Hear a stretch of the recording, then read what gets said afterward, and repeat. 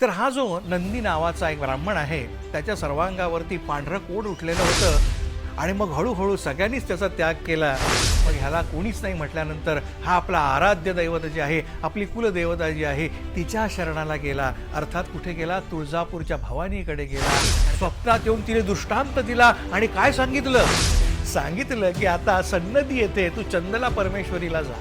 चंदला परमेश्वरी येथे गेला, चंदला परमेश्वरी स्थानात गेला. सन्नती येथे देवी प्रसन्न झाली, त्याच्या स्वप्नामध्ये प्रकट झाली आणि काय म्हणाली, तू आता गाणगापुराला जा. तिकडे त्रैमूर्तींचा अवतार आहे नररूपामध्ये. तिथे गेल्यानंतर तुझं कुष्ठ बरं होईल, तुझ्या अंगावरचे कोड बरे होतील. प्रथम मी तुळजापूरला गेलो, भवानी मातेकडे गेलो, तिने मला तुझ्याकडे पाठवलं. जर तू मला राहत देणारच नव्हतीस तर मग कशाला माझे गेले 6-7 महिने वाया घालवले? अरे हाय रे तुझं देव, पण त्याला कलंक लागला. मला मनुष्यापाशी का पाठवते आहेस? आणि मग तो चालत चालत तिथून जो निघाला तो थेट गाणगापुरात येऊन पोहोचला. त्याला पाहता श्रीगुरु म्हणाले, अरे देवापासून माणसाकडे का आलायस? मनुष्यापाशी का आलासी? मनात संदेह ठेवून आलायस ना? आलास तरी कशाला? देवाकडेच जायचं, माणसाकडे कशाला आलास? तुमचे चरण मी देखले आणि तुमचे चरण पाहिले, त्याच क्षणी माझ्या कैक जन्मांच्या पापांचा उद्धार झालेला आहे. श्रीगुरु, आता मला मार्ग दाखवा, अन्यथा मी प्राणत्यागच करणार आहे. ह्याला तू संगमावरती घेऊन जा आणि एक संकल्प कर. संकल्प केल्यानंतर त्याला तिथे तीर्थामध्ये स्नान करायला सांगा. स्नान झाल्यानंतर अश्वत्थाला अर्थात पिंपळाला प्रदक्षिणा मारायला सांगा आणि प्रदक्षिणा झाल्या की ह्याला माझ्याकडे परत घेऊन ये. चमत्कार मित्रांनो, स्नान करून बाहेर जो आला त्या नदीमधून, त्या संगमामधून, त्या तीर्थामधून संपूर्ण देहावरचं कुष्ठ नाहीसं झालं. अरे बापरे, केवढा मोठा चमत्कार! आणि त्यानंतर श्रीगुरूंनी सांगितलेल्याप्रमाणे पिंपळाला प्रदक्षिणा घातल्या, अश्वत्थाला प्रदक्षिणा घातल्यानंतर आणखी मोठा चमत्कार, संपूर्ण देह जो आहे तो सुवर्णाचा झाला. इथे काय झालं? रिकव्हरी पण झाली आणि पुष्टी पण झाली. अंगावरचं कोड पण गेलं आणि पुष्टी पण झाली. देहाला कांती सुद्धा मिळाली. दोन्हीही झालं. लक्षात आलं, जंघेवरती थोडंसं कुष्ठ राहिलेलं होतं, पांढरे डाग राहिलेले होते. ते बघितले आणि चपापला, मनात धस्स झालं. अरे बापरे, हे काय? आणि श्रीगुरूंना म्हणाला, श्रीगुरू, तुम्ही जर मला बरं केलं, तुम्ही जर माझा कुष्ठरोग घालवलात, तुम्ही जर माझ्या रोगाचं निवारण केलं, तर मग ही खोट राहिली कशी? श्रीगुरू म्हणाले, मनामध्ये संदेह धरून आला होतास ना, मनामध्ये कुतर्क होता ना, त्याच्यामुळे ते राहिलेलं आहे. इट्स नॉट माय डुईंग बेटा, इट्स युअर डुईंग. आणि मग पुन्हा त्यांनी श्रीगुरूंना काकुळतीची विनंती केली की श्रीगुरू, तुम्हीच आता ह्याच्यातून काहीतरी मार्ग दाखवा. तेव्हा श्रीगुरू पुन्हा एकदा हसले आणि म्हणाले, ओके, याच्यावरती एक उपाय आहे. तू माझी स्तुती कर. तू माझी स्तुती केलीस, तू माझं स्तवन केलंस की तुझं राहिलेलं कुष्ठसुद्धा आहे ते निघून जाईल. आणि यावरती तो नंदीनाथ ब्राह्मण म्हणाला, अरे हाय रे माझे दुर्दैव. म्हणजे ह्याच्या आधी जो आपण बघितला कोण नरहरी ब्राह्मण, तो यजुर्वेदी ब्राह्मण होता, तो वेद जाणत होता. आणि इथे जो आहे याच्यासाठी काय काला अक्षर व्हायच बराबर, ह्याला लिहिता वाचता येत नव्हतं मित्रांनो. तेव्हा तो श्रीगुरूंना म्हणाला, अहो मी तर निरक्षर आहे, मला लिहिता वाचता येत नाही, माझ्याकडे काव्य प्रतिभा नाही, तर मी कुठून काव्य करणार, मी कुठून कवित्व करणार? श्रीगुरू, कवित्व मला काही येणार नाही, त्याच्यामुळे माझं कुष्ठ काही बरं होणार नाही. श्रीगुरू, यातून मला मार्ग दाखवा.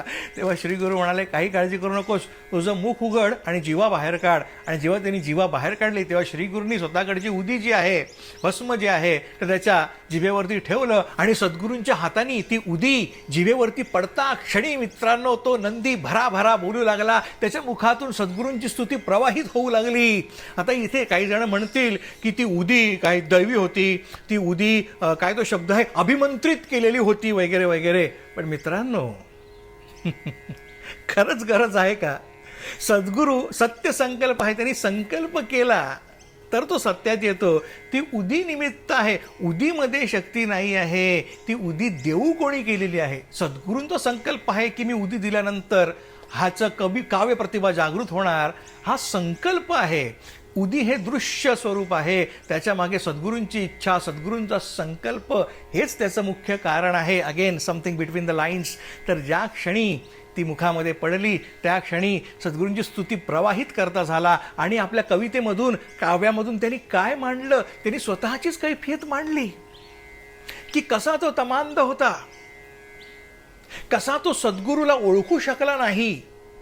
म्हणजे साई चरित्रामध्ये ओवी आहे, हेमाडपंत म्हणतात, न येता दैव उदयासी गाठी न पडे साधू संतांशी.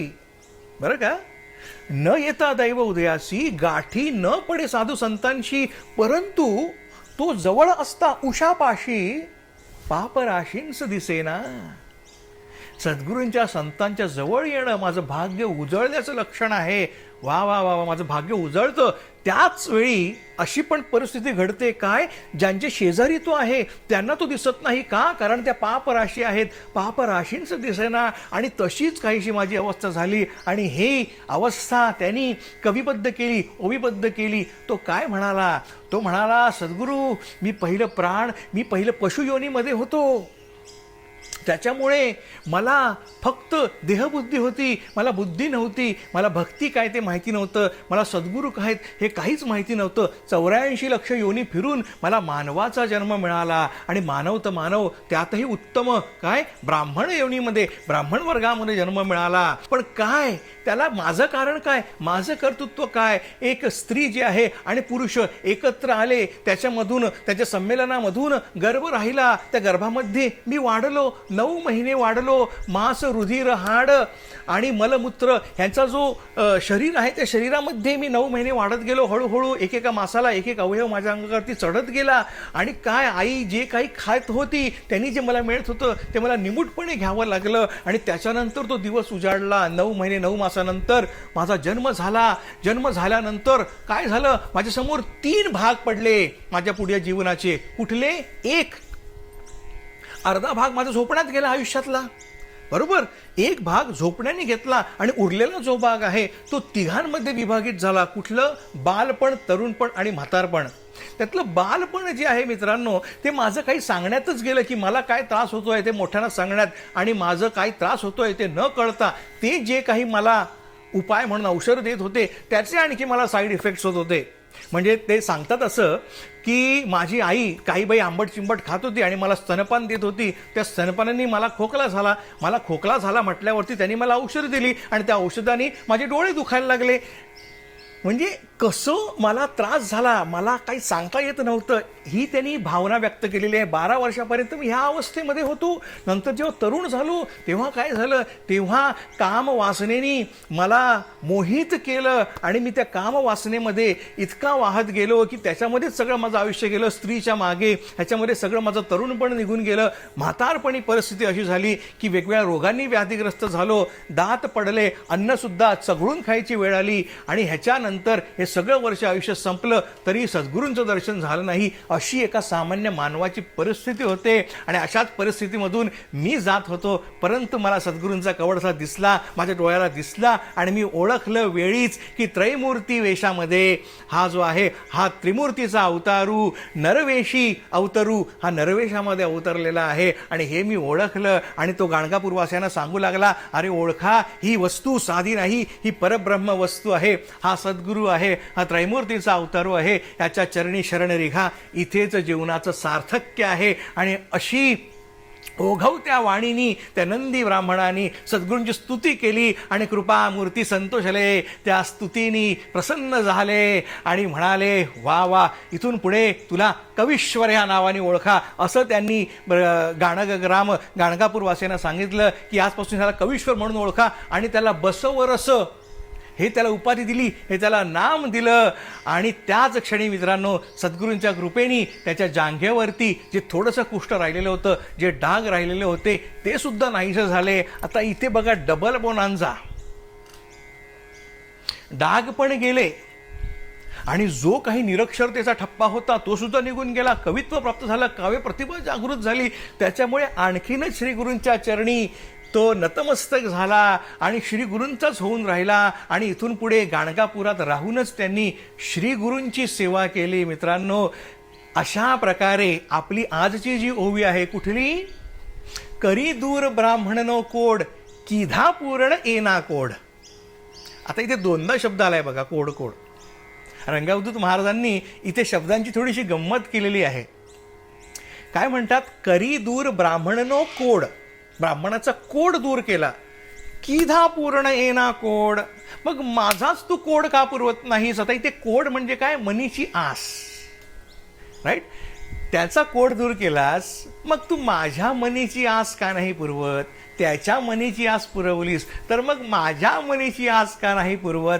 अशी सुंदर हाक रंगावधूत महाराजांनी दत्तभावनीच्या ह्या 24व्या श्लोकातून श्री गुरूंना मारलेले आहे. आणि त्याचा अर्थ आज आपण या ठिकाणी पाहिलेला आहे.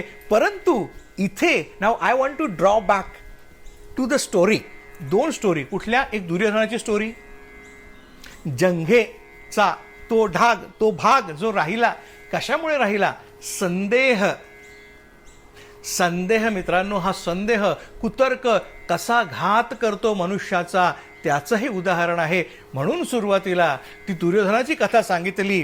दुर्योधनाचा पण बुद्धिभेद झाला, कुतर्कानीच त्याचा घात केला. आणि इथे सुद्धा कुतर्कच, संदेह. कशामुळे?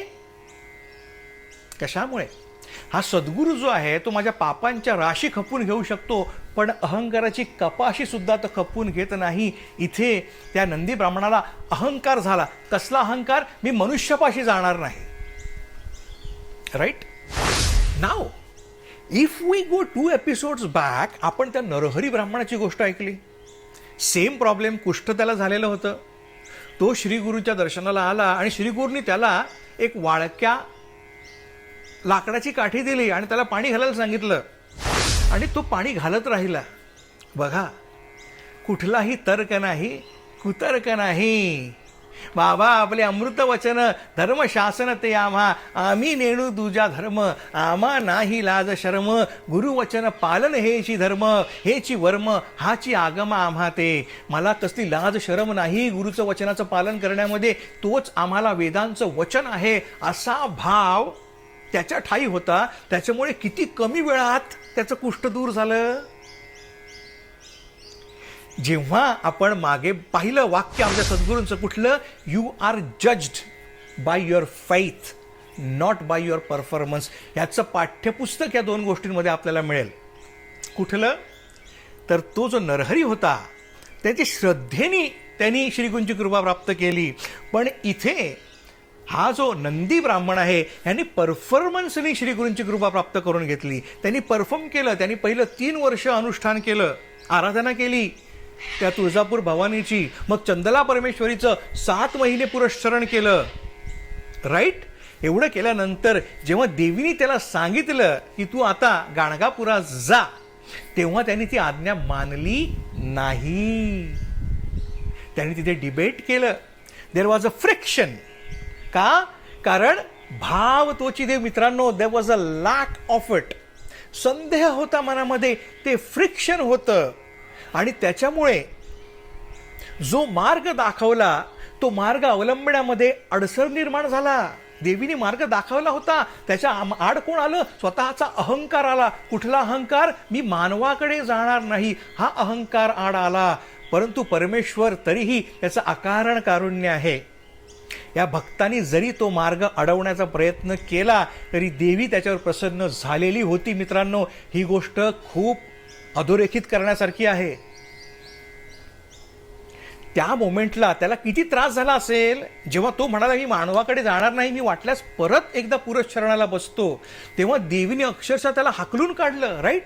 सगळ्या पुजाऱ्यांना पण तोच दृष्टांत दिला. आता ही गोष्ट ह्या नंदी ब्राह्मणाकरता किती बरं चॅलेंजिंग असेल, किती दुःखदायक असेल की देवीने मला हाकलून दिलं.